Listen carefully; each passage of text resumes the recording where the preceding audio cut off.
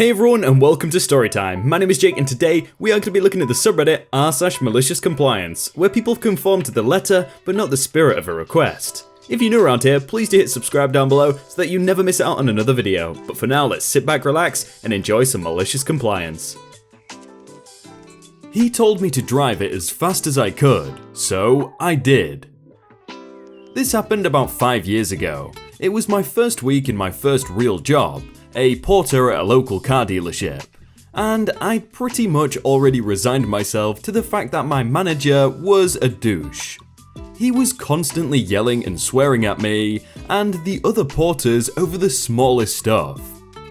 He liked to have us spend hours reorganizing the used car lot, then yell at us when the car wash line got backed up. Always had us wash his car for free, etc. Anyway, a few days in, he told me he needed me to make a quick run to another dealership, about an hour drive away in good traffic, to do a used car trade. I drive our car over there and drive the traded car back. I let him know beforehand I wasn't very experienced driving on the freeway, to which he replied, "Quit whining, you'll figure it out," and wrote me out some directions. About an hour into the drive, I get a call from him asking if I'm there yet, which I wasn't, owing as much to his bad directions as to my inexperience. I told him I got a little lost, but I should be there soon. He started screaming into the phone, "What the hell? I expected you to be pulling up any minute with a brand new car. What are you doing out there?" I just told him I was almost there, and eventually he shut up and let me drive. When I finally got to the dealership, I started asking around for the used car manager. Nobody seemed to know where he was. After a good half hour of searching, I found him myself, and asked him about the used car trade with our dealership. Of course, he knows nothing. I had to get him on the phone with my manager, which landed me a few more "what the hells." They took about another half hour to get everything figured out. Then, it took another 20 minutes to find the car, get it gassed up, etc. By the time we're done, it was prime traffic time, which meant the drive back was going to take at least 3 hours. I started the car and immediately called my manager back. I told him, "I really don't think we should take this car in this condition. The engine light's on, the transmission's slipping." He wasn't having it, and told me to "just get the car over here as fast as you can." At that point, I was fed up. I hung up and proceeded to drive the car harder and faster than I would ever drive a car. When the transmission started slipping, I floored the gas pedal to make sure the clutch packs were good and burned. Engine overheating? Floor it. Stuck in traffic? Put it in park and just rev the engine. By the time I got back, the engine was knocking, and the transmission was slipping so badly, it took about 10 minutes just to park it. It had problems before, but now they were so obvious that he'd never be able to sell the car to some unwitting sap. On top of that, it was well after the end of my shift, so I just dropped the keys on his desk and clocked out, avoiding the mess to come once he got a look at the car himself. I didn't hear much from him the next few days, but I reckon he learned to listen when I tell him a car's messed up. I also got a bigger than normal check for that week, owing to the extra hours I spent driving around. Upper management didn't like that, since I was supposed to be part-time only, but they couldn't really do anything about it.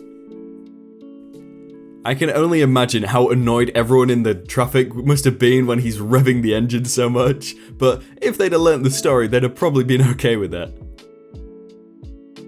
Divorce Deposition Fulfillment.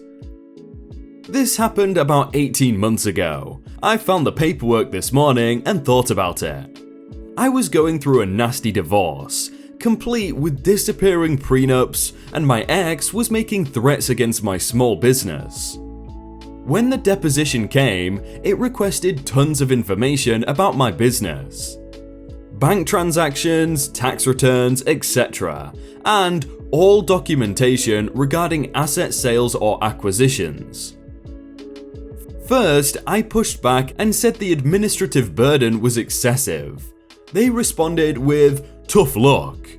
Then, I resisted with the argument that I refuse to supply information that will harm my business and the other stakeholders. We finally agreed that only the attorneys will have access to the business records. I asked several attorneys what exactly my rules for compliance are. Short version, each numbered request has to be presented separately, so I can't just throw all my responses in a box together. Do I have to send a box? No. Any other organization required? No. I responded with a deal they did not expect. I gave them everything that matched their requests. As this was requested from the business, I was justified in using payroll to prepare my responses. So, 5 of us went to work. So I printed off bank statements and bank transaction reports for 7 years for 10 accounts.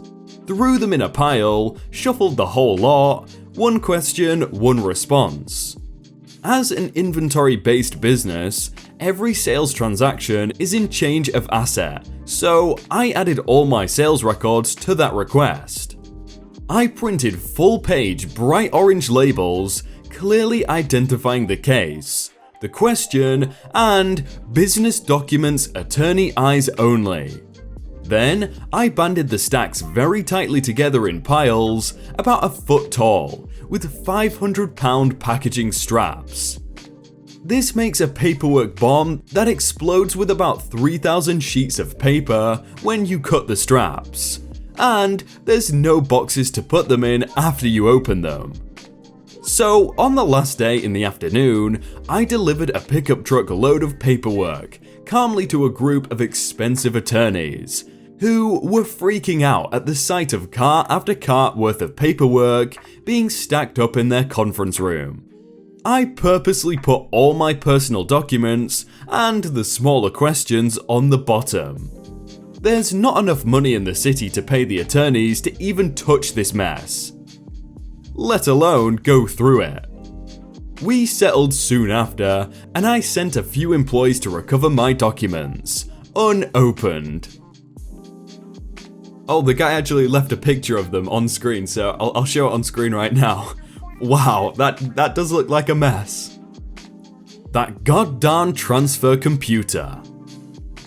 Background. Back in the early 90s, I was a computer programmer for the army, and one of my duties was to maintain systems that transferred officer and enlisted records from my duty station up to and down from the Department of the Army. These records were the changes to soldiers' personnel files, and were pretty important because they would not get paid for the new ranks if finance in DC wasn't aware of their promotions. The system we had to use was a few years old, and worked fine, but very slow.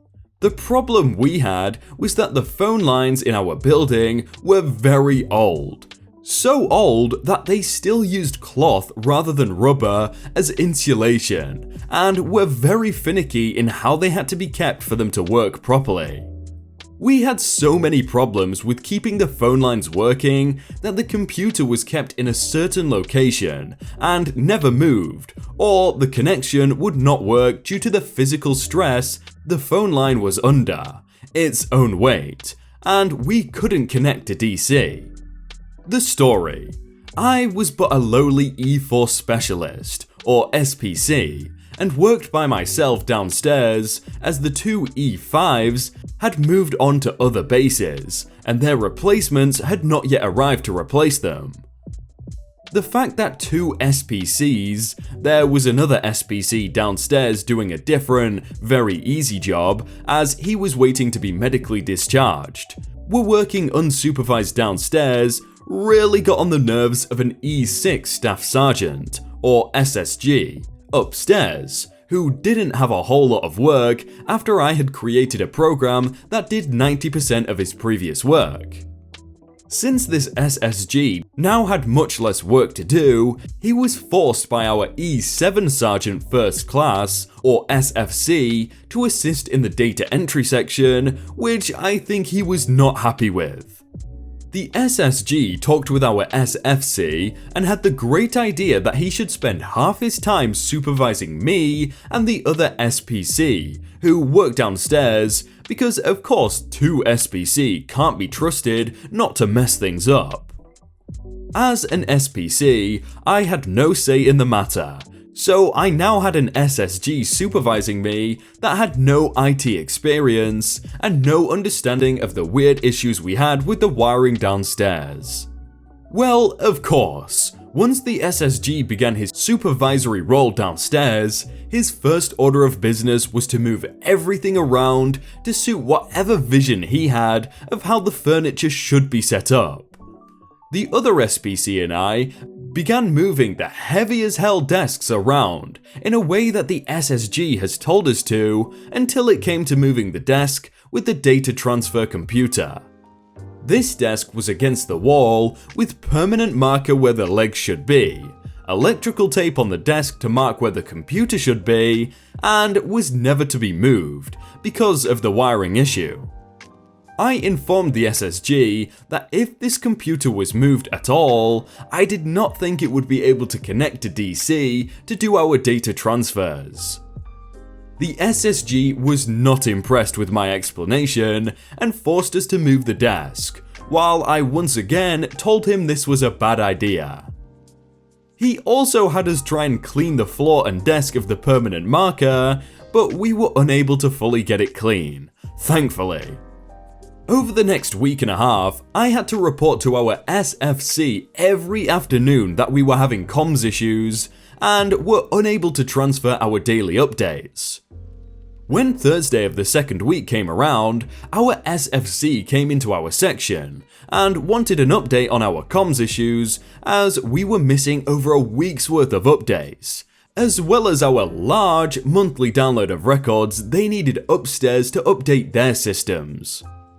I tried to explain that the issue was with the location of the computer and the stress on the old wiring, but I was interrupted by the SSG that I was complaining too much about the issue, which of course I did, as I knew how to fix the issue I had to report every day, and I needed to just do my job and fix the problem.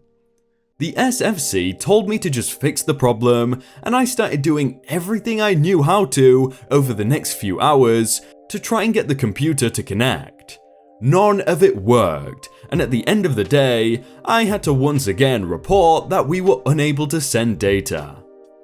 On our next morning, the SSG and the SFC came downstairs, and the SSG started to tear into me about how I was a bad computer guy and how it shouldn't take almost 2 weeks to fix a simple issue with a computer. After being told I was basically a POS for 10 minutes, I got angry, snapped, and told the SSG off, and that this issue was completely his fault, and that I was done with him, and then walked out to the front of the building. This kind of thing would, in most cases, have caused me to get in a lot of trouble, and probably even lose a rank or 2. My SFC came out to the front of the build and asked me what was going on, as I was not known for being disrespectful to leadership. And I explained to him that all the issues I had to report to him every day were caused by him moving that goddamn transfer computer. The SFC decided to let me prove my point and asked the SSG to go back upstairs, which he smugly did, as he knew the failure was because I didn't know what I was doing, while telling me to get the computer working in any way I needed to. I knew that if I was unable to fix it, that this would be my butt on the line. I asked the other SPC to help me move the desk and computer back into its original location and line it up with the marks on the floor, and push the computer into the marks on the desk, as it had been located in the past. 10 very stressful minutes later, I was transferring the last week's worth of data up to DC. After messing with that goddamn phone line for a bit, and preparing to download the needed data, which we usually did overnight as it was very large for the time, and the data rates were very slow. I then went upstairs and reported to my FFC that comms were back up, and by that afternoon we should have the files needed to update their systems. The other SPC and I spent the rest of the time I was in that unit unsupervised downstairs. The permanent marker was redrawn on the desk and floor, and the SSG continued to do data entry upstairs with the SFC.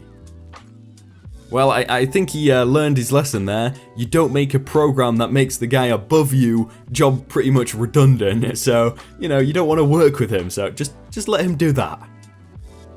Hey everyone, I hope you all had a really good day and that you enjoyed that video. If you want to check out some other videos, then click on screen right now, or check out the playlist down below. If you enjoyed that video, then please do leave a like, and if you want to submit your own stories, then you can do so by joining the Discord in the top link in the description. But thank you so much for watching, and I will see you very soon.